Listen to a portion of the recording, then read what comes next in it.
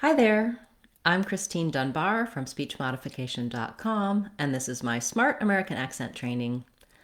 Welcome to our Phrase of the Week class, where we look at American English phrases, idioms, phrasal verbs, expressions, anything to help you know how to use these phrases naturally and smoothly to sound like a native speaker, to understand what they mean, and to how to use them. Today's request was for the phrase to have bigger fish to fry. So we're going to talk about what it means if I say I have bigger fish to fry, or you have bigger fish to fry, we have bigger fish to fry, and give you some examples of how you might want to use this phrase. So if I were to say to you, I have bigger fish to fry, it means whatever we're discussing is less important to me. It's less urgent, less critical, less of a priority. So this comes up naturally in conversation and in work settings when someone is talking about a concern or something that needs to be done or a problem, typically. And I want to use this as a way to say, yes, that's a problem, but there are bigger problems. There are bigger concerns, or I'm not going to be worried about that. That's not very important.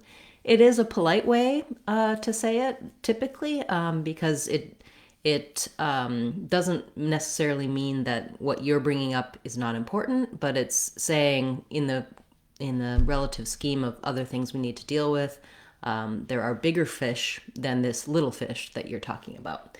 So, some examples. Perhaps someone might be complaining about having difficulty with their job or with working from home. And, we're talking about that topic, and then we might say, well, there are bigger fish to fry. In the great context of the current circumstances, that problem that they're talking about is not significant. We also, I think, use it to redirect someone. So if someone is telling me I need to do something, I may tell them, no, I have bigger fish. Prioritize what you're talking about right now. It's not as important as the other things that I have to deal with. So I hope this helps you understand the meaning of this word.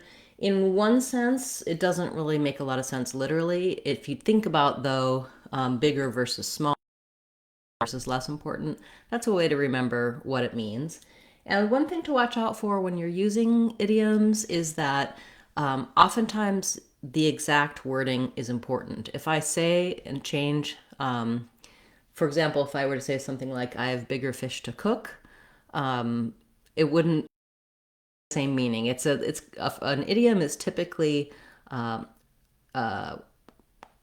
set phrase, and there can be different variations. You can look up an idiom that you've heard online or in an idiom dictionary and see there are some variants. Usually different people in different regions might use slightly different words, but if you start to change, if I say cook instead of fry, for example, it loses the connection to the idiom, and then it doesn't have that same figurative meaning.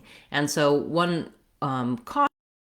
oftentimes when people are trying to use idioms, they get close to the words, but they change them slightly, and then it's kind of humorous typically, and usually people will be able to guess what idiom that you're using, but it's helpful, I think, to memorize word for word what the idiom is and use it directly, so that people really recognize that. And I know Americans and English speakers, native speakers, use lots and lots of idioms. We don't always realize that we're using them. They're just part of the vocabulary and language. And so it's helpful to note the ones you hear. If you can't figure out from the context what it means, jot it down, look it up. And you can request here on our channel, you can leave a comment and let us know which ones you'd like us to cover for you, talk about their meaning and how to use them, so that you can expand your native-like speech by using idioms and phrases and phrasal verbs. Okay, thank you for this request. As I mentioned, if you have a request, please leave it in the comments and I'll cover it in a future Word of the Day class. It is Sunday today, which means that we'll be back later this morning with our members only class. This class is for channel members, and they can come live to ask their questions regarding pronunciation, American accent, phrases, anything that they would find helpful for improving their English. And you can join the channel by clicking the join button. Check out that perk and our other perks. One of the other perks that the members have is that they can ask their questions throughout the week, and I will answer them on Sundays. So even if you can't attend the live class on Sunday as a channel member, you can get answers to your questions and watch the replay at any time that's convenient for you. Thank you, those of you who are channel members and subscribers, everyone who's been leaving comments and suggestions. I really appreciate your support. I'm Christine Dunbar from SpeechModification.com. Remember, if you want to sound like a native speaker, you can do it. SpeechModification.com. Bye, everyone. Hope to see you soon.